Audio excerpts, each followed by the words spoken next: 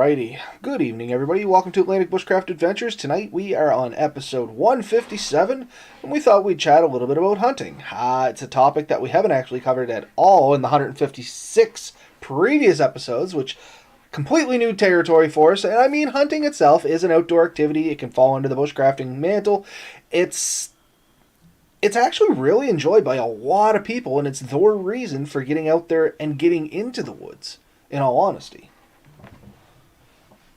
Yeah, well, and it's really surprising to me that we've gone this long without talking about it because we've mentioned hunting for sure. I guarantee it's been mentioned because we are both hunters, and a large part of my initial getting into the woods was hunting with my father and even my cousin at a very young age. So I mean, we've both done it for a long time. We're both hunters. I wouldn't say I'm necessarily an avid hunter, but I'm an active hunter. I do it when I get the hunts that I want to do. So I mean, this is going to be kind of interesting. I think we've decided that we are going to separate it into a few categories. Yes. And for anybody out there that's listening, if you're new to the show, you'll realize that Ben and I, we come into this with a very basic plan, and we go from there. And tonight is going to be no different. There's a couple questions I got rolling around in my head, much like you asked me before we started, that I'm going to ask you throughout the show and just see what your answers are. This is going to be fun. I think it's going to be fun. But, yeah, and Ben, you make a great point. There's a lot of people that started their bushcrafting careers or adventures or whatever you want to call it from hunting. I mean, that, especially in our generation like mine, yours, and anybody a little older than us or in and around this, that was still a pretty viable time when we were kids. Hunting was a way people would go out there and they would actually get the meat for their freezer and stuff like that. Like, I remember that as a kid. If Dad went out and got a deer, we had meat or supplementary meat for the winter. And if he didn't, we had a lot of, like, corned beef for the winter. So I understand that, and that's kind of where I evolved from hunting is, and I'm not going to say bushcrafting because I was always outdoorsy, but it definitely helped. It definitely helped. Yeah, for sure. Okay, so where do you want to start? Exactly. Well, we might as well start where we talked about there. Actually, I'm going to ask you one of the questions because we're close to it now. What do you consider the difference between an active hunter or an avid hunter? Oh, to me, an avid hunter is somebody who's getting out there every chance they get. Like, I mean, I know a lot of avid hunters, people that are out every season. I mean, they look forward to it months in advance. They take a lot of time and effort into it. I'm an active hunter, so I do hunt. I've maintained a gun license. I maintain my skills, but I only hunt a few animals, and I only hunt them when on occasion, because generally the animals I hunt are harder to get the licenses for and the time to do it. I mean, I think we both know I'm more of a big game hunter, and I hunt for food, so it means I'm more limited in my choices. But you know, not that I won't occasionally do rabbits or smaller game and stuff like that. It's just something I haven't had the chance to do lately. So I'm active, but not avid. Avid hunters put it as more of a forefront. And a good example is I have a coworker, and when we talk, some people look at the two of us and say, "Oh, you guys are the same. You're both into the outdoors." And I'm like, "No, I'm much more of an outdoors person. He's a hunter." And they're like, "What do you mean?" I said, "Well, some of my activities include hunting. All of his outdoor activities include hunting." Right? Hunting includes outdoor activities in this case. Yeah, right? But anything he does that's, say, bushcraft related is just a result of his hunting, where I'm the other way. Like, the Venn diagram? We share a small area. But to some people who aren't part of either of these worlds, it looks like the same thing. And yeah, before we keep going down the rabbit hole there on different types of hunting and stuff like that, I guess for anybody that's wondering why we're doing something like this, don't misunderstand. It's not going to be, oh, we get out there and kill everything that, walks, talks, creeps, and crawls kind of episode. I think the point is we're going to focus more on the ability to get out there, the ways of getting out there, some of the ways we have gone out there, some of the things we take with us when we go out there and stuff like that, more than the actual, oh yeah, this is how you're going to kill a deer. Because you know what? Every time that hunting or firearms or bows or something like that comes into a topic, I can almost feel the digital eye roll of somebody going, "Oh, the murderers are at it again." And if that's your opinion, that's all good. You know what I mean? Everybody's entitled to your opinion by all means. I'm hoping this is not going to be that kind of show, so hopefully there's something in here for you. But it was not intended to be that way, I guess, is all I wanted to say as our little disclaimer, as I often try to jam in there anytime we potentially ride on these, I guess we have to call them now sensitive subjects, but you know what I mean? And it is. It is. I mean, there's a lot of stuff going on that people could look down on some of this stuff, but it's not meant to be that way. We're here informatively. The fact of the matter is, a lot of people still go out there. They still use hunting as a very viable means of feeding themselves and their family. Maybe not so much where Ben and I are from here, although there's definitely some, but definitely up north and stuff like that. Like when you are filling out for your PAL, your position and acquisition license, or your FAC, your firearm certificate in the States, or any of that stuff, at least up here, there's a section where it literally states, are you going to be hunting for the majority of food to provide yourself? And there's clauses and exemptions and stuff like that in the Canadian law to allow for that because it is still very much entrenched into our culture.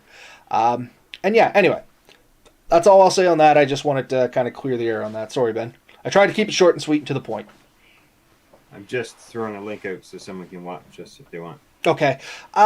So yeah, on that, the reason I asked Ben what he considered an active hunter and an avid hunter is because I kind of wanted to know where I poked in on his scale there, and I guess I'm somewhere in between. I consider myself an active hunter like Ben. I don't consider myself an avid hunter. An avid hunter to me is, like Ben said, somebody that gets out there every chance they get, but they also have all the stuff in my mind. You know what I mean? Like they got the lures and the scent killers, and they got the decoys and the calls and all this stuff, and that's cool. Like don't get me wrong, I'm just not at that level. Come deer season, I do try to get out there quite a bit because I do try to put meat in the freezer. Funny enough, had the first barbecue of the year this year, just this supper. We cooked up some of my harvest from last fall. So, I mean, like, I'm not just out there for the sake of hunting. I'm actually actively trying to feed myself. And I guess I would stick myself into active hunter or very active hunter by Ben's little scale there. Yeah, on a spectrum, and I think most people fit in, most subjects, there's a spectrum for it. You're closer to the avid hunter than I am, but still on that range, right? To go back to what you're saying earlier, I mean, not all hunting necessarily results in a kill. No, and we've joked about this. Yeah. Not all these skills have to be used to find and kill an animal. It can be used to take a photograph of an animal. It can be just used to find the animal and learn more about it. Because what is bushcraft if it's not learning more and more about the nature and the environment, right? And that's just it. And funny enough, I'm not going to say what it is yet, but the presentations we're going to be doing later on, Ben, that's one of the points that I'm making in that. There's a difference between bushcrafting, outdoorsing, survival, hunting. Like, there's... Bushcrafting is not surviving, it's thriving in the environment around you. That's the way I always like to tell it to people, and you can take bushcrafting into hunting. If you're going into the woods, you're going to do a little hunting, you might as well thrive while you're there, you know what I mean? And we said this right before the episode, you can make yourself a little fire, make a cup of tea, you can make a chair. And as Yak Fisher out here, he's saying much the same there. It was his first introduction into bushcrafting as a kid. Dad took him out deer hunting, camping spot, kitchen chairs and stuff like that were all made from bushcrafting materials from around the forested area. And that's the reality, is you can take the bushcrafting skills and make yourself way more comfortable if you are an avid hunter. Like, if your only reason to go outdoors is hunting, if that's your thing, good on you. But bushcrafting can come into that and make it a lot more enjoyable, in my personal opinion. I mean, we're a little off topic. But yeah, sorry, anyway. Quick sec, because you brought up a few of them. Like, we fall into the same category for a lot of people.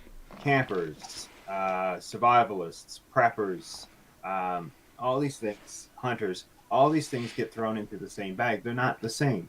bushcraft skills can be used to assist with all those other things, and all those other things are functions of bushcrafting. And I would say that we encompass a lot of those, but not completely.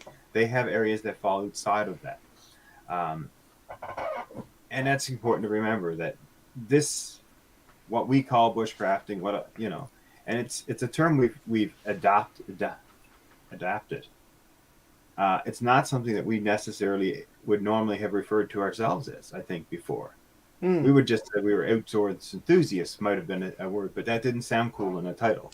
And there is some truth to that, but anyway, yeah, we divulged a little bit. So yeah, when it comes to hunting, there are a couple different ways you can do it. There is different game, as Ben kind of alluded to at the start. He considers himself more of a big game hunter, and that is very common in this neck of the woods, especially in the States and stuff like that. They actually have a bit more what I would consider big game, like when you get into wild boar and some other stuff like that, which we don't have up here in Canada, which would I think would be fun in its own aspects, and you can take a lot of the same skill sets over to that.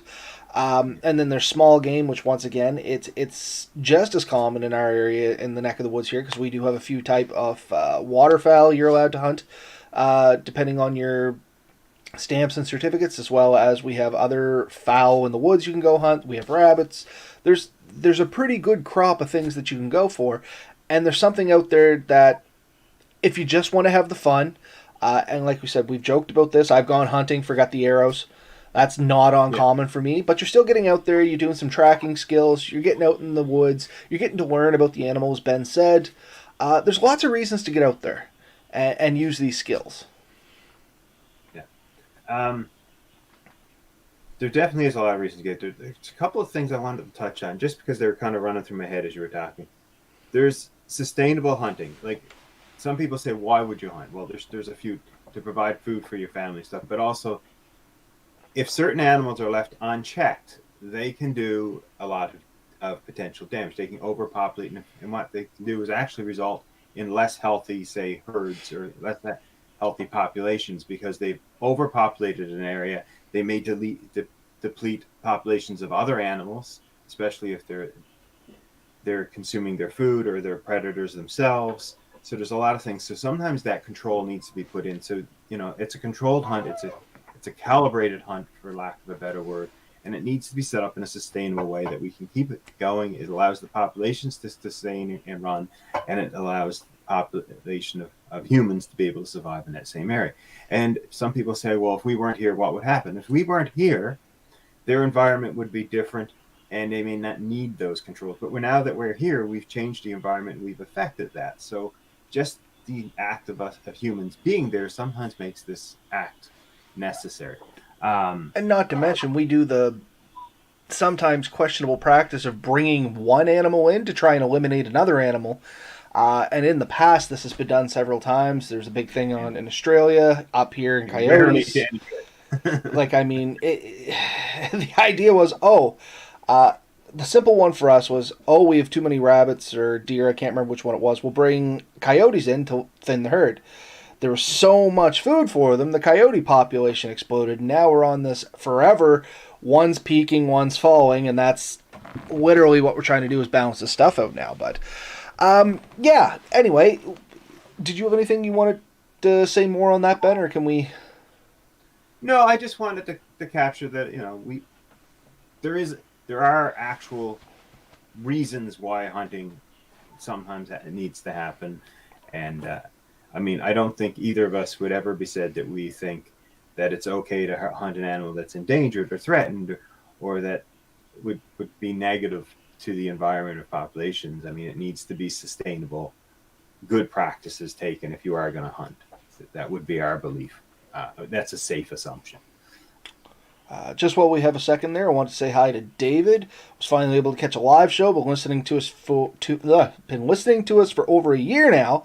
Just want to say thanks, David, for joining us. Feel free to shoot a comment up, join in on the conversation. We do take a chance, We do take the time to read the comments and stuff like that. If we don't get to it immediately, it just means that we're trying to figure out somewhere to slip it in. So yeah, different types of hunting. Why don't we start there? Because I think that's how we were going to break this stuff down. How did you define them, Ben? Because you used two good keywords. I, the first major division I wanted to go with was primitive and more modern, and then I wanted to split both of those in two different categories, and I think we might as well hit it now, so at least people know what's coming. And that was passive and active, right? So, do you want to define the two? Yeah, we can really quickly define those. So I'll take primitive versus modern, and I mean that one's pretty straightforward. There are primitive methods of hunting. A lot of those are going to focus around like your bows. We don't have spear hunting here in our neck of the woods. I'm not going to say unfortunately, because honestly, I don't have an interest in hunting with a spear. But if you do, once again, good on you. But we don't have spear hunting here. They don't really allow us to use things like slingshots and stuff like that to hunt game. That's more of a survival situation. You can't really take one of those out and say you're hunting for different reasons. But that's just our local regulations. And then you have modern stuff, which you're going to get into your firearms. And I consider a crossbow, or a lot of our crossbows, modern anyway. Because as we talked about before we came on to the show, my crossbow sitting back there, it's good to like 60, 80 yards and has a scope on it. It's the same as hunting with a rifle. Yeah. So It definitely bridges the between the two, and even in my mind, a lot of the muzzle loaders and stuff, which I think gets put into like traditional hunting here in Nova Scotia and other provinces, they've modernized them the same. It's not like you're literally pouring it out of a yeah, you vinegar. don't really have the old powder horn anymore. It's all kind of capsules, though that is still out there. Don't Yeah, misunderstand. There's still people that do it that way, but the modern method of that is you get it's they're bore loaded cartridges. yeah, yeah. So I mean, it's a lot quicker, cleaner, easier. It's simpler maybe than it would have been. I mean, there's a skill level to that. It was, muzzle loader was a primitive gun at one point. They've modernized even that primitive gun to be still used, and it fits into a category. It meets some requirements. I would leave those as modern. They are still much more modern. I would like to think that what we would stick with primitive is stuff that is purely human powered. And I think I can take that leap as well. That's kind of what it means to me as well. I do know other people out there will have a difference of opinion, and that's perfectly valid too. But for the sake of our conversation tonight, that's where we'll It's leave it. going in that gray area. We're going to probably still keep, say, compound bows in the primitive method. It's still human power, but it does have some advantages in the fact that it has the wheels and pulleys and it gives you that let off at the end. Yes, it gives them some advantages. People have trigger pulls. You have to draw the line somewhere. Yeah. And then, well, we said primitive, modern, and the other two that you mentioned, Ben, you might as well just explain those out. So passive is anything that's like a trap or something that you don't actually have to watch. So you set something up. It's used in fishing also sometimes. I think they call it like a long line. You take a line, you leave it out, you tie it to a tree or trigger something that's going to pull it back or keep it anchored to the shore, and you come check on it every now and then. Snares, traps, things like that. That's your passive ones. You're not having to actively monitor it 100%. Active is something where you have to be physically there to do it. Bow hunting is a good example of that. It could be throwing a rock. It could be dropping yourself, from a location on top of an animal. If that's what you're doing. It's like physically catching it with your hands. It's something you're physically actively there. So active hunting is something where you have to be there and present to do it. Where passive is you can come back and check on it every now and then. It's going to potentially bring you in food. So since we're there, let's start. I mean, I think we should start with primitive, and then we'll go on. Let's start with the passive. I think most people in our neck of the woods, their first introduction to hunting was probably snaring, or at least that's And a lot of my people still do that around this neck of the woods is rabbit snares. rabbit snare. It's a very common thing. It works very well. It takes a lot of skill. No one don't ever let anyone tell you that it's easy to snare a rabbit. If you don't know what you're at, you're never going to catch anything. You have to set them up right. But the beauty of it is you can go out and set one up, say, on day one, and you can come back day two and check on it, and day three and check on it, and day four and check on it, and every day it may or may not produce food. But the thing is, you only have to come back once or twice a day to check on those things, depending on your method. Some people might go a bit longer. I don't recommend going much longer. Chances are, if you've left it more than a day, when you come back, you're just going to have nothing. Mm-hmm. Maybe not in your trap anymore. Well, I mean, anytime you're trapping, it should be checked daily, if not multiple times a day, especially if you're looking to get food, because it doesn't take long from the time of something being in one of your traps until something else decides that it's its dinner. Especially, once again, our neck of the woods, Nova Scotia. Coyotes, if you set some rabbit snares up and you're not checking them really frequently, it's not uncommon to come back and you find yourself half a rabbit. Um, just want to say hi to Mark Monroe. Hey guys, thanks for your podcast. Found a couple of months ago. I listened from the start for fun on episode 55 right now. Thought he'd jump on for one of the live shows and say hi. Well, welcome to the show, Mark. By all means, throw some comments, and if you have any input you want to put out here, we'll try and put them up on the show for you. But yeah, so rabbit snaring, that's where a lot of people come in. That's kind of the primitive side of that. I guess there's a primitive and modern side of that. There's brass and steel wires now that are very common to be used, and you can pick them up at most shops. Primitively, it was usually done with some sort of cordage.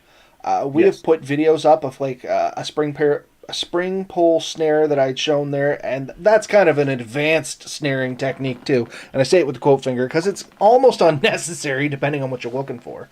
A much easier way is just to suspend a loop over a game trail, which brings us to the first great point of hunting, is learning what a game trail looks like, what it is, and what kind of game is walking down that trail. A very important skill to bring in for any type of hunting. So, and just to prove a point, now you can put a rabbit snare on a deer trail, and it might catch something, but it's not going to catch what you want. Generally, I mean, it's not impossible for a rabbit to run down and you actually catch a rabbit.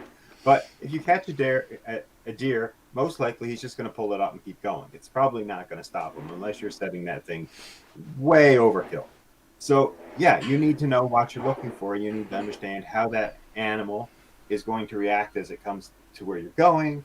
And I mean, what I was always taught is you kind of make a little fence. You focus that animal in so that he has one spot to go, and when he goes through, he's going to get caught. And you know, doing it right generally means you're going to get a good clean kill. There's a lot of skill. Like if you're going to do something, do it right. Because if you do it wrong, most likely you're at best you're going to injure the animal, or lose the animal. I guess at best. At worst, you injure the animal, and when you get there, it's hurt and been suffering for a while. Nobody wants to see that. I know that's the sad part of it. I mean, this is a reality here. So learning that skill and learning it properly means you're going to, nothing needs to suffer any more than it needs to. And I consider still like steel snare, yes, okay, it's steel, but it still takes skill to make those, unless you're getting them, I guess, pre-made and pre-set up. I mean, I get a roll. That's all I get to is roll wire. roll the wire, right gauge. You go out, you have to twist it, you have to bend, you have to set it up, you get your friction, you get your bends, you get everything set up right, and it's going to work. And it's not something that we're going to explain to anyone here. Like, if you think listening to this show is going to teach you how to set up a snare, I'm sorry. That would be a whole episode. That's a whole other show on its own, and that would probably be more appropriate. And if anybody is interested in something like that, we could easily do a video on it. Probably won't be a live show. We'll just go out in the woods and we'll shoot a video on it. It's easy skill to learn, hard skill to master. There is a lot of nuances in it. I don't think anybody truly masters it. They just get better at it until somebody looks up to them for information. Yeah. And I mean, I'm still learning that. I've got friends, acquaintances who I will chatting with every now and then, and they'll tell me something. I'm like, man, I never even thought of doing it that way, or I never thought of that skill.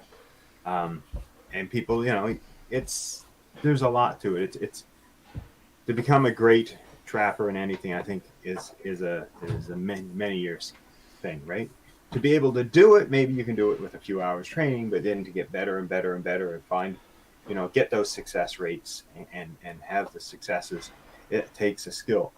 What we're covering here is the general principle. So if you want to learn more about it, that's it. So snares, I mean, you can snare almost any size of animal. Legally, not, but I have heard of people snaring large game, things like deer and moose and caribou have been snared. There's a system that can be done. So it is a method, a hunting method, say in a survival situation, you have absolutely no other choice. It can be done.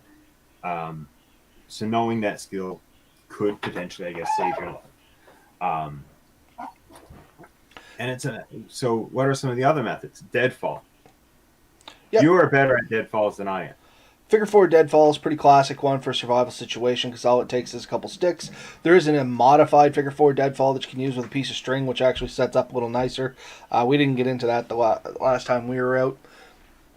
But any kind of deadfall.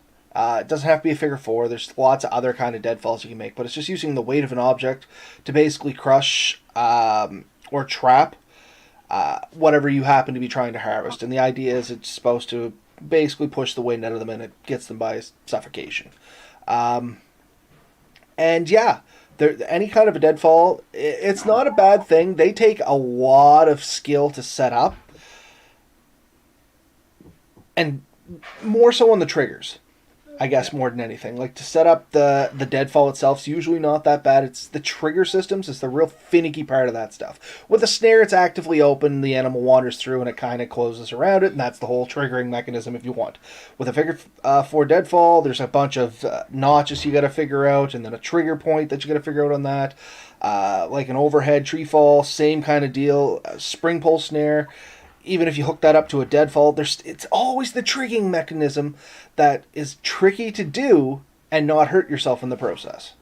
And this is where the true bushcraft part of it comes in, because it's learning to use your knife and your tools to do this right. Because you want it to be sensitive, but not too sensitive. You don't want the first breeze that comes by to set it off, but you also don't want the animal to be able to take, say, the bait without triggering it. So it's a very fine line. You're looking for a pretty narrow area. And what I suggest, regardless if you ever plan on doing it, it's a great skill to learn, and it's something you can practice.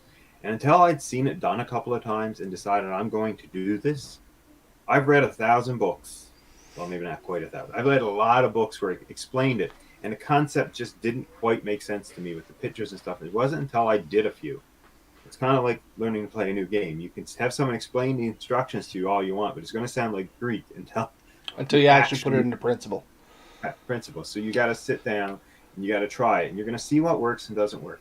And again, regardless of whether that's something you want to do for a hunting, those are skills that are transferable to a lot of other things. How to make two internet connecting pieces of wood stay together and then let go when you need it to. And that could be anything from a door system or to how to leverage your food, cook systems, all kinds of stuff this can be used for. And it's just that, the sky's the limit and your imagination is your own limit there.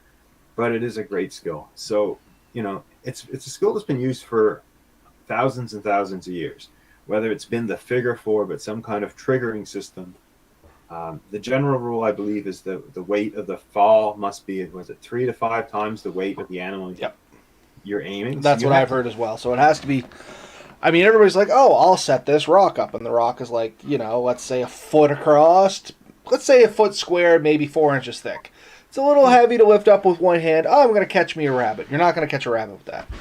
It's not going to happen. You might get lucky and knock a rabbit out with that. But the reality is it's probably going to come down on them. It's going to scare them for one. And they're probably going to run away. And 2, they're probably just going to squirm out from under it. But that's the nuances that come with setting up these traps. Yeah. So something you mentioned, just popped back in my head while we were talking. There was bait. An important thing for any kind of trapping system is the proper bait for what you want to get, as well as how you're using that bait. And I see this a lot with when I was teaching figure four deadfalls and stuff like that. They would take the bait and they would just rub some on the end of the trigger stick, or they would throw it under the trigger stick. That's not that it's a wrong application of bait, it's just not the best method for baiting. If you're going to be putting bait on something, make them have to work for that bait, because it's the working for the bait that generally triggers your trap. So you can set your trap a little less sensitive so you can get away with more wind or whatever, depending on your weather that's out there. So what I like to liken it to is on the end of a stick. If you're trying to catch a squirrel or a mouse or something like that in a figure four, instead of just smearing a little peanut butter on it, put the peanut butter in your mouth and chew on the stick. It embeds it into the stick, and then when they try to pull it off, they're not just stealing it and running away. They actually have to try and work and get some of that food out of there, which gives them that much more pressure on the trigger, which, once again, snowballs into being able to set better traps. Yeah, for sure. Um, Pit traps, something else we could talk a little bit about. Um, Pit traps for me, I'm going to openly admit I don't use pit traps a lot, so I'm not super knowledgeable with them. Uh, the only reason I don't use them, and anybody out there listening, feel free to chime in on this. I don't use them because they're too hard, my opinion, to narrow down the type of game that you're trying to get with them.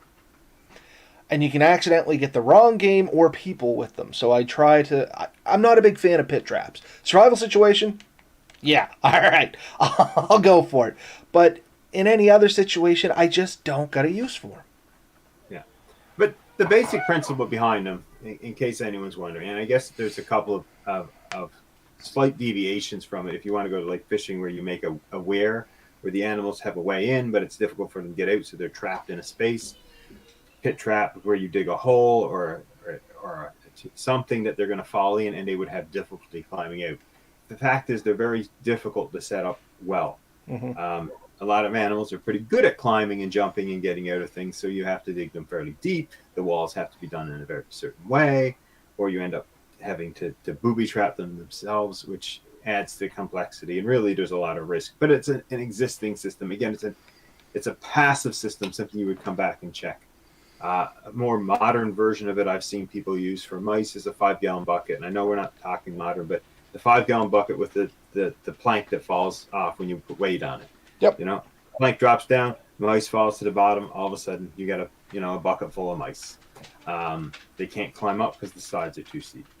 It's still, there's a version of it. Just wanted to mention it for passing. So we've talked about snares, deadfalls, the pits. Is there another primitive one that, is somewhat?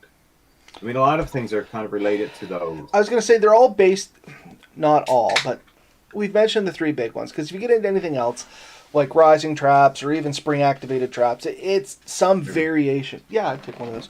It's some variation off those things into effect.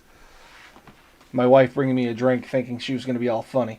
But yeah, so that's kind of some of the modern. I notice we're getting a little long on our time here, so I guess we better pick up the pace. Kind of on the traditional side of that, let's talk about trapping as well, because the difference between trapping and snaring, in my mind, is like, I guess there's no real good distinguishment there. It's... When I'm saying trapping, I'm thinking fur harvesting, I guess. How am I trying to get this out, Ben? You want to help me with this one? No, you're on your own here, bud. To me, most trappings that we would use now are going to fall into our modern side when we get over to that, because they're going to involve, for the most part, pre-bought systems. I mean, you could make a primitive cage that would close, and I guess that kind of falls into trapping. And I almost borderline my pit idea, where if you made like a wooden cage, an animal went in and a door shut, that would be a trap, I guess. It's not a system that's used as much. You can make a bird cage to catch birds. I guess there is the one where you drop the cage down on top of them. I have actually attempted that. Didn't work. Not for me, anyway. Anyone who's, and I'm by no means the expert in this, but if you had like access to a whole bunch of flexible branches, I guess, and you could make like a bird cage. You bend them all over and you weave it together so that something can't get out, like a bird cage. And then you suspend that over some food and then have a trigger system so when they get there, it falls down and you might be able to catch, say, a pheasant, potentially maybe some kind of small rodent in that system. I mean, you again, you're going to have to check it pretty quick and frequently, because they probably won't stay in it for a long time. They will eventually manage to pull the trap apart or dig out from under it. The old box trap. The stick in the box. The most basic of traps. Yeah, same idea, right? Again, though, that borders on more modern, because you can build a box with primitive technologies. Weave a But basket. I mean, you know what I mean. well, you can make a board and you can join boards. It's just a lot less common. It would Mm. be much more prevalent for people to use modern systems to do that. So we'll get back. We'll get to those shortly. So then let's go to the active ones. So the big ones to me would be anything that's long range. So you got your sling systems, you got your archery, you mentioned spear earlier just in conversation. So something you throw. What's the other one? Agabus? Is it not Agabus? Atlas. Atlith. Or you Yeah. can. It's basically a spear with an extra arm to get you that extra speed and distance. Um, and netting, I guess, where you have to sit there and actually actively toss the net. So these are methods that are used, and to that means you need to be able to get close to the animals or convince the animals to come close to you. Both methods that are still used in modern hunting, just using slightly different tools. But the methods stay the same. So you have two options there really. You can bait the animal, um, commonly used for bear, deer, a whole bunch of animals, or you actively hunt them where you stalk the animal. And that's a different skill set. Some people may be really good at baiting, but not so good at stalking, and some people vice versa. And two great skills. And both of them share skills. You need to know where you can find animals, and the best method for that would be The best getting out there and seeing what's going around. Look for tracks. Look for sign. sign. Yeah, yeah, any sign, tracks, uh, scat. I guess, for lack of a better word, rubbings. A lot of animals will change their environment. If you're looking for beavers, you don't look for beavers. You look for beaver dams, right? And I was going to say, just because you see one set of deer prints does not necessarily mean that's the best place to set up your hunting blind or to go hunting for deer. It means there's at least one deer that passed through. When Yeah, I look for places to set up, especially if I'm stock hunting or something like that with a bow, I look for crossings where you're seeing multiple deer trails come in and go, like converge and diverge, or diverge, and generally around water.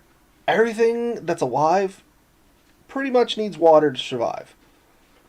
yeah, yeah, yeah. So yeah, water's a great thing. Food supply. So if you know what your animal tends to eat, your game, your goal, if you know what they eat, find that. If they eat certain grasses, certain fruit foods, if they tend to go after aquatic foods, then you want to be looking in those areas. You want to figure out what are they after, and then you're going to find it where they would generally be. So understanding your game is of the paramount importance for hunting. And yeah, so some of the methods that Ben talked about there, we had one of my favorites, bow.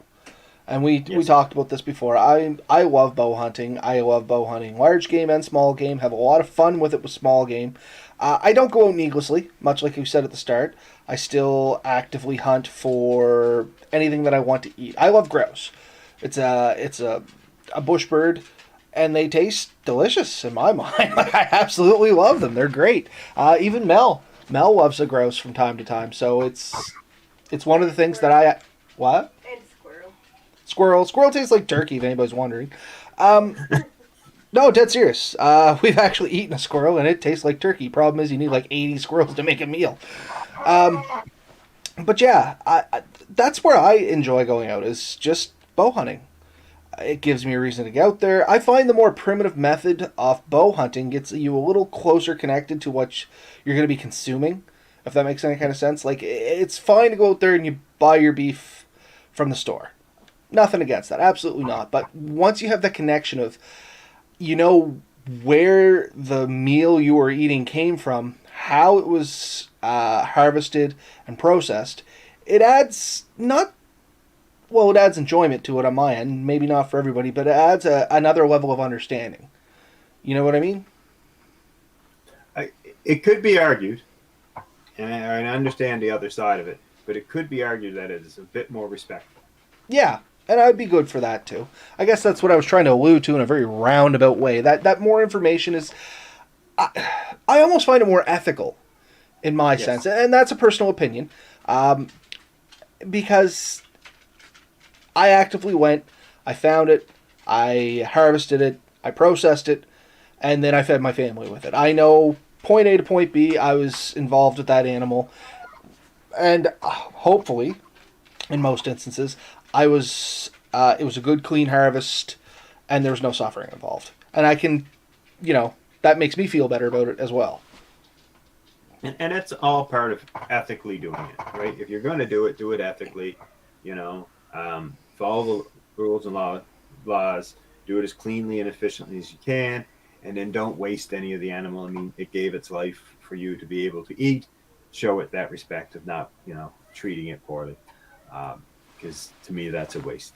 Um, so we've mentioned those different methods. I don't think we need to go in huge detail. Again, if you No, want to know more about those, you got something to throw in there? no, I was just reading some of the comments here, and I was just agreeing with you that we don't really have to beat a dead horse with those. I'm sure most people know how those methods are used, at Yeah. least on a basic level. And if you do want more information, So that covers a lot of the traditional ones. I mean, there are different methods that we could get into, and a lot of them are regional and have only been used, in certain circumstances. I mean, there are, uh, and this is something that an individual would never potentially be able to do, but where they moved herds over a cliff or into a large area and harvest them from the lake. That's a method, but it takes a lot of people and effort to do that. So I don't really want to go too much into that.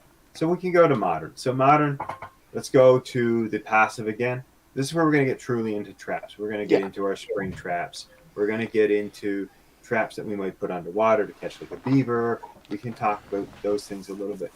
a Um, lot of the modern traps came in with fur harvesting to do that more yeah, effectively. And fur harvesting, if anybody's wondering, is just that you're harvesting animals specifically for their furs. In Canada, we were huge beaver fur traders. It's a lot of people say it was the backbone of our nation for a while there. Like currency was basically how many beaver pelts is that worth, and there is some truth to that. Just hit a couple comments here because, like I said, I was reading them. So Red Bear Tactical RBT loves a Swiss Army knife for making triggers, really sharp blade, and a good saw on it too. So that was back when we were talking about triggers. And then a couple more that came up. Not sure about Nova Scotia, but BC frowns on baiting for big game. Make sure of regulations before baiting. And before you go out hunting anywhere, we strongly recommend you check the local regulations and rules because they are different from place to place. So RBT heard of a guy was arrested last year for dumping apples in a cutover and going back a few days later to hunt deer. And then he heard a guy took a bear a few years ago in Alberta with a spear. So yeah, like in different parts of even Canada alone, you are allowed to spear hunt. That was in the news not that long ago. In different parts of Canada, you are allowed to bait deer. It depends on what your bait is. On different locations and how you use it.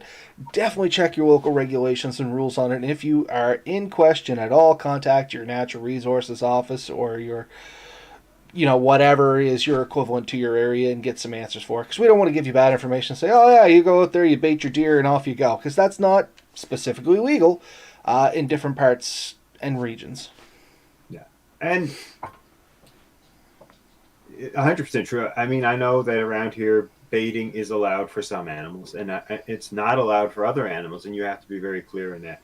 And there's a difference in if you're doing this in a survival type situation, which is not as common as some people would like to think.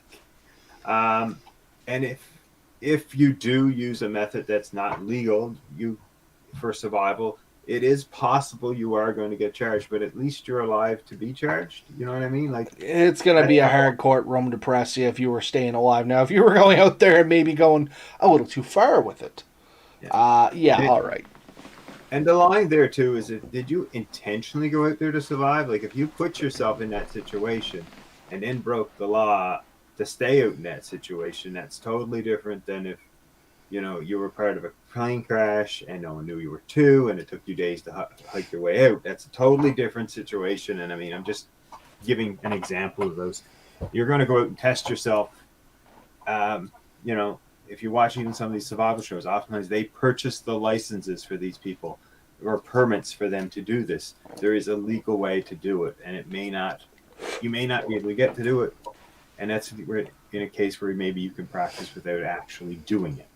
Again, the camera method. If you want to practice for a survival, if you can get a picture of something, then you can say, well, I had a pretty good chance I would have been able to get it in a survival If you situation. can shoot it with a camera, you could have shot it with a gun in most Yeah. instances.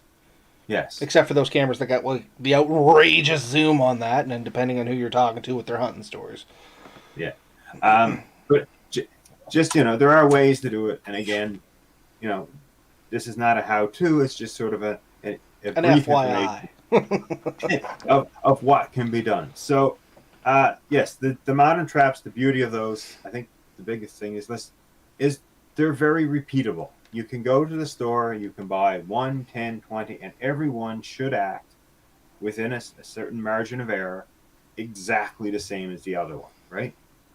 You And that makes it more easy and efficient. And if you know the primitive hunting skills, if you know the bushcrafting skills that you do the primitive systems, our argument or our statement here is it would assist you if you have the more modern technologies, because you have the advantage of modern and the advantage of actually knowing how to do it without that piece of equipment. So it gives you that better advantage. And I would hope that if you have both those advantages, you would just do it in a sustainable and reasonable method.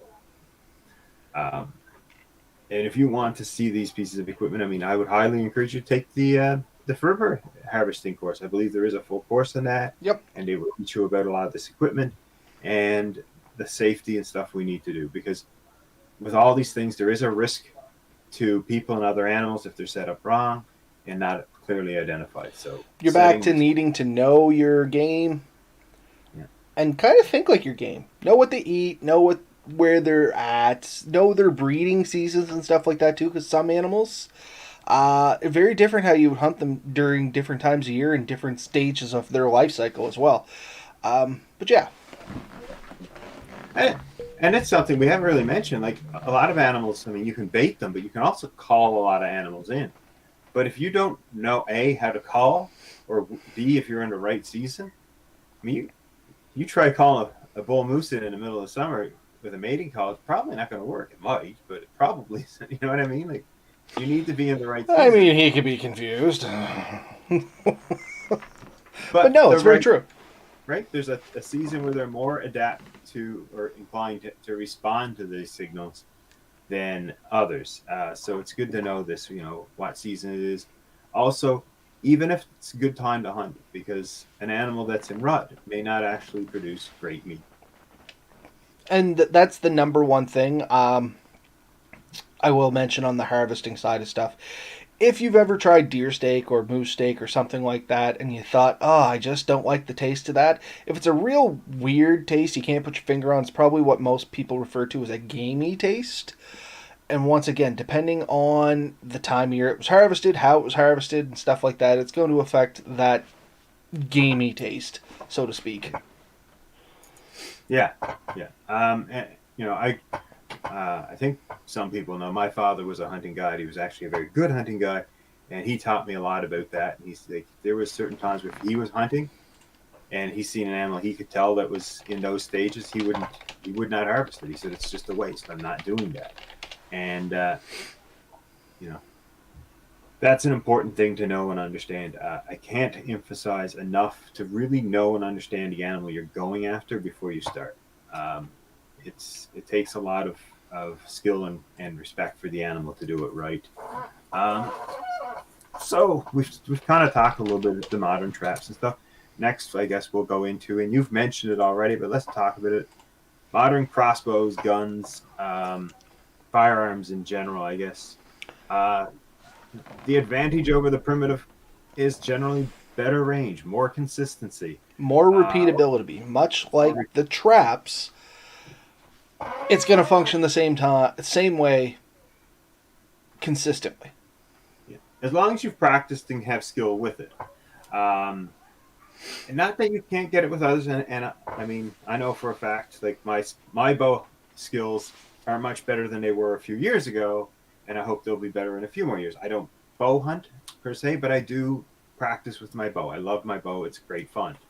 But yeah, that's a skill. And once you get good at it, you can get pretty consistent. But you're still limited in range. Like, you're not shooting a bow the same distance as you can consistently shoot a rifle. And I guess... Oh, sorry. Now go ahead. I mean, I think No, I was going to say rule of thumb for a bow, and people will argue, and that's fine. They have the right to. Most people that take a deer with a bow, or harvest a deer, or any kind of wildlife with or game with a bow, you're talking like 20 yards, 30 yards being pretty far. And I've heard the stories, and I've heard people say, oh yeah, I got a 50, 60 yards. And if you did, good on you. But frankly, I'm thinking there was a lot of luck involved in that. And once again, personal opinion, and I've seen studies and people have told me, and it sounds reasonable, that anything over 24 yards, unless you have an incredibly fast bow, that's where you start getting into jumping the string. And if anybody doesn't know what that is, it's basically the sound is traveling faster than the arrow, and the game you're hunting hears the sound and jerks, gets ready to bolt, or whatever the case may be. In the case of a deer, they generally lower before they sprint, and you're going to hit high. And it ends up for a lot of bad, potentially bad shots, and damaged meat, non-ethical harvest. Do you want to watch Daddy and Ben? You can if you want when you go to bed. Are you going to say hi and then off to bed? Hi. This is Hi. just pony. Pony. What is it? This is a pony. It is a pony. What that? Let me use it at bed. Oh, okay. Well, thank you for leaving that here with me staring at Ben. So, Ben, you have your own entourage here, which is a lovely orange-haired pony, and it is now staring directly at you. sweet. So, all right. Why do you have bunny ears on? You're supposed to be sleeping. Good night, child. Off to bed you go. She has a whoopee cushion No, and bunny ears. I know. Do we use in bed? Oh, okay. Now you got a whoopee cushion, Ben. Anyway, good night, Lily. Out you go. I'll go use all the stuff. No. Off to bed, babe. One more. Okay. And a bracelet. All right. Out you go. Off. You're still stacking stuff on me. Well, you don't need bunny ears for bedtime. Let's go. Hey, have them. Sorry about that, folks. The life of family. I think you need bunny ears. But, yeah, I have no idea what I was saying. Bring us back on track, Ben. I said I disagree. I think you need your bunny ears for your bedtime. The funny thing is, they're like the Easter ones that clip into your hair. She has fallen asleep with them. The dang things like dig into her head. So we got to make sure she takes them off now. And now I have a desk full of toys and stuff that she brought in to watch you. So you can feel good about that. It's not creepy in the slightest. It's creepy. Finally, we have an audience. I mean, yeah.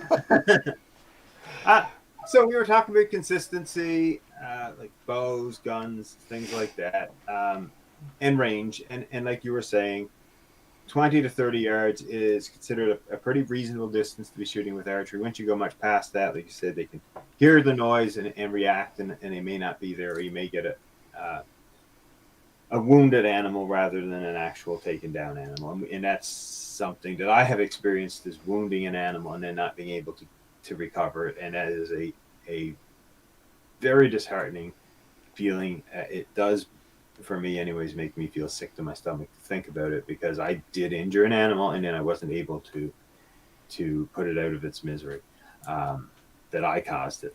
So, again, I mean, that's why we preach this stuff. Like, if you're going to do it, take the time, gain the skills, practice with your tools, and get good with them. And if you're not good with them, your chances of having success with hunt are not good. And even if you are good with them, you can't take into account absolutely everything. So,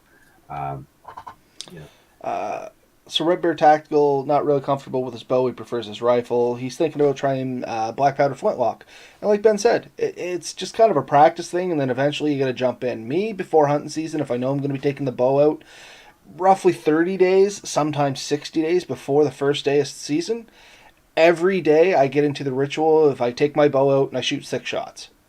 Yep. And I mean, I may start off with an 8-inch cluster, and by 30 days I may be down to a 3-inch cluster, or I can figure out something's going wrong as well. Because I have had that happen where I just could not hit anything, and I'm like, oh man, either something's wrong with me or something's wrong with the bow. Take the bow in, potentially get knocked off the wall, nobody told me, and the sights got adjusted.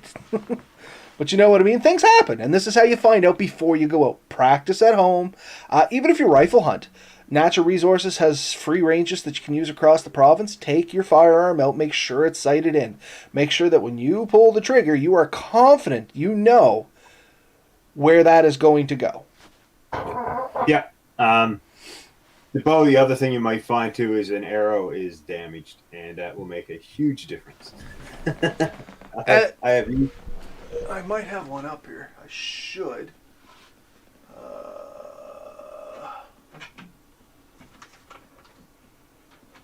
Oh, there it is. Ah. The thing with a crossbow and bow, this here is an arrow or a bolt. I guess this is for the crossbow. This is the arrow I used to harvest my first deer with a crossbow. And as you can tell, the back end is broke off, and it is missing time. one of the tines off the head. So I mean, this is another thing with bow and crossbow that you have to be aware of is potentially your projectile is going to get destroyed in the process, and you have to be real careful that, you know, if you clean and process your own meat, having a razor bouncing around in there is something you got to be very aware of too. Yeah, yeah. You know, care of all your gear, regardless, is of great importance. So if you're using a trap, if you're using a rifle, if you're using a knife, like any piece of equipment you're planning on using, take care of it. Do the proper maintenance and be familiar with its use and operation and how to safely use it and how to effectively and properly use it. I think the big takeaways in this are know your game, know your hunting method, wherever it happens to be, and get good with it. And I think we've always preached this: practice, practice, practice. And like Practice, practice, practice. Isn't that truth about everything? it is, but it is a very it's a very sensitive thing to do, and it. I don't care who you are. Well, I mean, as tough as I thought as in my youth, one of my first hunts is all like, I'm not going to get. Was it they call it the hunter's fever? Oh, buck fever, where you line up the shot and can't pull the trigger? Yeah, or just you start to like your adrenaline rush is so huge that like you can't even control your heartbeat. Like it affects you, right? Like your senses become very heightened. Your emotions can be a little thrown. And that's a good thing to talk about too. Sorry, finish your thought, and then let me gather mine. One of my first big game hunts, not my very first, because I had a different situation. I actually had a really good guide who gave me a lot of confidence in that. But my second one, I was by myself. There was a large animal in my sights, and I thought, you know, I'm an experienced hunter. I've done this before. I know what I'm doing. And it hit me. It hit me hard when it happened. I mean, I was successful. I was very successful. But it happens. And I think it happens to most. And I've talked to a lot of good hunters, and they've all talked about it. You know, that initial adrenaline rush when you've been hunting for something for 4, 5, 6 days, and then you finally get that opportunity, and it does come on. It takes a lot. Be prepared for the emotional aspect of it, because at that time, and then there is a little bit of a crash afterwards, and then you have to deal with the results of that. So you have to clean up that animal and process it and get it out. And that takes time and effort, regardless of whether it's a squirrel or a 1,200-pound moose. You know what I mean? Like there is something you have to do, and that's something else to be understanding. And you know, there's a lot to hunting. Don't let anyone tell you. You know, you go out, you shoot the animal, you bring it home, and you cook it. Like that's very high level, and you're missing a lot of points, right? You have to know how to hunt that animal, how to find it, and when you get it and you do actually manage to get the kill, I mean, that's a very small portion of it. And you have to clean it and get it home, and get it home in a proper manner so that it's still usable meat when you get it. I've been at meat cutting shops where they've brought in meat, and like the poor butcher takes one look at it, it's like, I can't do anything with that. Like, what do you want me to do? Right? I don't even want that in my shop. Right? Taking it in a rut, not cleaning it properly, dragging it through the mud to get there. Like, these are all bad practices, and is going to end up with meat that's not necessarily usable and can damage equipment, and it's just a waste. And that's just it. It does become a waste, and that's the point I would like to stress for anybody that's out there hunting. I'm a big believer in using as much as you can. When I harvest a deer, I take all the meat I can. I generally, and this is my own thing, I do take trophies. I generally take antlers or the entire skull and make mounts. Lately, I've been hunting a lot with my father-in-law. And it's one of the things I've been doing with him. I got a set of antlers up there that we're drawing from this year, and I have a skull with an antler set sitting out there that I'm going to bleach and put on a mount for him. But I try to use everything. I'm not a big fan of the people that go out there, and I've seen it, and it actually angered me, where they'll like dispatch an animal and then just be like, oh yeah, I'll take the head off it and leave the rest. And you're like, Yeah. what was the point in that at all? Take a picture with a camera, you still had the same thing, that animal's still free to go. But getting back to a previous point about deer fever, buck fever, whatever you want to call it, a good thing to keep in mind about that, it can happen to experienced hunters. Yeah. I mean, it can just come up out of nowhere. Me, I've hunted a bit. Always, it was nothing new to me, but the first time that Jeff and I had gone out, my father-in-law, and we've seen that first deer, I pulled hard. I shot really low because I started getting, little bit of a story is we've been hunting there for 2 years. We had a piece of property that was available to us. It wasn't the best with deer. I worked some magic and made it a little better for deer and finally started getting them attracted in by changing some of the topography, some of the vegetation, stuff like that. We were managed to attract them in. And this was the first year, and I was like, holy crap, 2 years of planning and going at this is finally going to pay off. I don't know, yeah, I blew it. Now to say, we have gone back and we have gotten, we've harvested several deer out of this location now. Like, it's going fine, but, yep, first one that walked across, I blew it. And it was just that. It was the sheer excitement of the 2 years of working finally come to fruition. And I was shooting maybe 15 yards and trying to use a scope for whatever reason. Don't know why I didn't switch to the iron sights. Oh yeah, missed terribly. But anyway, point is, it happens to experienced hunters. I'm not going to say I'm a master hunter, but I've had prior experience hunting. I have harvested other animals. It wasn't a new experience. And what I did learn when I was hunting with a very good guide who knew what he was doing is he literally looked straight at me and said, stop, take a breath, you have time, and think about what you're doing. And he walked me through it. And you can do that for yourself, right? Don't react too quick and then make mistakes. And that's when things happen. That's how accidents happen. And I've generally said, if you don't have time to take time to do it, then you didn't have time to begin with. Mm-hmm. Every year there are people who are injured hunting, and more often than not, if you look into the cause and factors, the person didn't take into consideration what they're doing. They took a snapshot. They didn't know what they were shooting at. That's often happened, or they didn't realize what was behind what they're shooting at. And if you have a modern rifle, I believe some of these things can still kill like 1.2 miles away. I'm not going to touch on a lot of the stuff, but it is an interesting topic for people to look up online. Specifically, how far you can go with a 22 and it would still kill. Keep that in mind as you're out there doing stuff like this. It's extremely important for you to understand the consequences of your action when you're hunting. Because you don't want to get something that wasn't your game, or setting up a passive system that catches the wrong thing. Could be a person, a dog, something that you don't want to catch. You're going to feel responsible and you're going to cause harm. Taking that time, the precautions, and setting things up right are going to prevent that. Same thing with active hunting. Make sure you know where you're to, what's going on, what's in the surrounding area, especially if you're hunting with buddies. Make sure you know where your buddies are.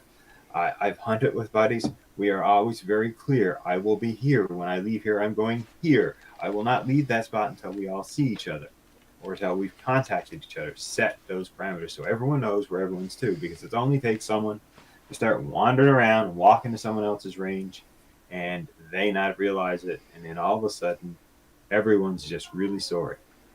So that's kind of a dark side of it. But I mean, it's a good point to bring up, though. Safety is always a good point to bring up. The bright side of it is done correctly and properly with the right knowledge, you can have a very successful hunt, and you can bring in good, healthy meat for your family. Or you can get an awesome photo to pin on your wall and enjoy for the rest of your life. You know what I mean? Like, and share with friends. And me and you, we've said it before. We enjoy either or probably as much. Yep. One of them does tend to last a little bit longer, though. Steak tastes great, but And it's true. Like I said, we joke about it all the time. But in dead seriousness, I've gone hunting without arrows and been just as happy as if I had them with me. I've hunted with guys. Guys have hunted for years. Come up and seen an animal, had it in their sight, sat there, watched it walk away. And someone said, "Why didn't you shoot it?" I said, "I just couldn't. Just didn't feel like it." Yep. I've also hunted with people who've seen animals on the first day. Like, no, I enjoy hunting too much. Like, I don't want to end it today. I know I probably won't see a better animal this whole trip, but that's not the point for me. You know, yes, I'm hunting for meat, but I also just enjoy being out and sitting in the tree and watching or walking through the woods, and I don't want to ruin that by getting an animal on the first day. That's not for everyone, but it's perfectly as valid. All right. We're coming up on a little over an hour here. We have a couple comments that I'd like to bring up if you're good there, Ben. Yeah. Okay. So, David, one of the first-time listeners here, what's a good recommendation for a bow to start with? I'm fairly good with an old 6-foot longbow, but I don't see myself hunting with that. Throw your two... Do you want me to start, or do you want to throw your 2 cents in? Do you got an idea on this already, or do you need some time? I would never specifically name like a brand or type personally. It really is a personal thing for me. I would highly recommend going to a good range where they may be able to actually let you try a few different bows. I know, like, locally, there is a to me place, Notchucks. We're not affiliated with them in any way, shape, or form. Although if anyone's listening and they want to give us something, we're willing to talk to you. They will let you go in and test some bows. And I've gone in there and talked to them. I've also seen Cabela's do the same thing. You can go into Cabela's. They have a little range there. They can let you hand a few. Find out what you like, how the feel is, how it works. Think about how it's going to move in the woods. So when you go in the woods, you got a 6-foot bow. You're going to be dragging a 6-foot bow. You got a small compound bow that's maybe 3 feet from tip to tip. That's going to be easier to carry, but is it heavy? Is it balanced? Can you pull it back? Can you hold it back for long enough to get the shot? These are all things to take into consideration. And then once you choose one, practice till you're good enough with it that you feel you can go. Because the last thing I would do, and I don't hunt with bow, but I might someday, is take a bow I'm unfamiliar with. Because once I pick up, I have a couple, and I can be really good with one and barely hit anything with the other because they do act differently, and I have to prepare myself for that each time. I'm getting better. And I think you're the same. You have a couple of types, I believe. I'm down to one bow, which, if anybody's wondering, the 100 episode shirt hangs off the bow. I tried to pull it down some other time, but it's all tangled up in it. But anyway, my bow hangs right back there. So, my 2 cents on your question there, David. To answer yours first, Ben, if I haven't practiced with it for at least a week, I won't take it hunting. Yeah. Because it's just too many factors. Honestly, once again, I'm back to that whole, if I do take a shot, I want to make sure the shot goes where I'm confident it will go. So, David, recommendation for a bow. Much like Ben said, I'm not going to give you any brand names, but I'll give you food for thought. Longbows, you can hunt with them. There's nothing wrong with it, but like Ben said, they're going to be a little difficult to get through woodsy areas. So think about where you're going to be hunting. If you're going to be hunting in dense forest, you're going to be looking for smaller bows. If you want to stay with traditional, I would recommend something like a recurve, where the bows double curve, and you're going to get a much more compacted bow size with the same kind of force and speed coming out of it. The other thing I'm going to tag on to that is check your local regulations. Here in Nova Scotia, we have to have a 50-pound draw rate. If your bow is not at a 50-pound draw weight, you can't hunt with it anyway. So if you go and buy a 40-pound bow, might be a great bow, you may be great with it, you still can't take it hunting. So make sure the bow that you're looking at will fall within the regulations of where and what you want to hunt. If you want to go with something like a compound bow, which is what I tend to use, look for something, as Ben said. Make sure it's not going to be too heavy for you. What's your budget? Because I've seen a lot of good low-cost bows where you're going to sacrifice the odd thing, but they still work great. And I've seen really bad high-end bows that just wouldn't work for me. You know what I mean? So, once again, as Ben said, get out there, test a few. All we can really give you is the rules of thumb. If you're going to be in opener areas, you can have a longer bow. If you're going to be in tighter, bushier areas, which, like around here in Nova Scotia, we get a lot of spruce and fir and stuff like that. You can get thickets where you're literally, like, fighting through it. I like my compound bow. It's mine is a Hoyt, I believe. Hoyt Avenger, if I'm not mistaken. Anyway, it's somewhere between 50 and 70 pound draw weight, but it's very short. It's easy to get around. And I practice with it a ton just to know how that bow draws, how I draw the bow, and how the bow releases the arrow, and how that arrow flies. Like, it's every single part of it, get familiar with. It's not just, oh, you shoot the arrow. That's the end game. Think about all the steps involved between picking the bow up and shooting that arrow, and basically break each one down, and find the bow that makes that enjoyable and effortless, or at least as effortless as it can be for you and what you want to do with it. I just thought of something too. Like, I have the little compound or the takedown bow I have. I can take that on my motorcycle. Yeah. Right? I would never be able to take my compound on my motorcycle. It's just too big. Right? Think about, how you're going to do everything with it. Like, find the package that works for you, and when you do, it's going to feel right. Overall, it will be an enjoyment. I think of that with one of my rifles. When I carry my rifle, everything feels like it. I just enjoy carrying it. I enjoy bringing it. It brings me satisfaction to know that I'm comfortable with how it works, how I move with it, how it, find that one that works for you. It's not going to be the same one for everyone. If it was, we'd all have the same. And that's the thing. No, there is no magic brand or style. It's what feels good to you, and the only way to learn that, try. If you got buddies, ask to shoot a couple of them. You know what I mean? I know a couple of my friends have tried my compound bow. After I made sure they had the basic knowledge of how to shoot a bow. Let me stress that. Don't just let anybody grab your bow and shoot it in case they dry fire it and something like that. A lot of other stuff into that. But just get out there and try some stuff. Another comment. RBT, Red Bear. Practice with the ammo you're planning to use. Point of impact could be way different for different rounds or even arrows or bolts. And that's a good point. I have 3 or 4 different types of bolts and arrows here. They all have different spine weights. They all have different head weights. They're all cut to the same length because I have them cut to my length for my arrows anyway. But I mean, there's different factors that go into that. There's spine, there's head weight, there's vein configuration. That's just with the arrows. When it comes to ammunition, you can get different grains of gunpowder in them, different weights of grains in the heads of them. They can be different tipped, hollow points or not. There shouldn't be hollow points in Canada. Anyway, never mind I said that. But yeah, there's differences between these things. Definitely practice with the one you're going to try. Most arrowheads, you wouldn't want to be firing this into an improper target. Better arrowheads will come with a practice point. With my bow, I use a mechanical arrowhead, which it stays all bunched up. You know what? Just give me 1 second.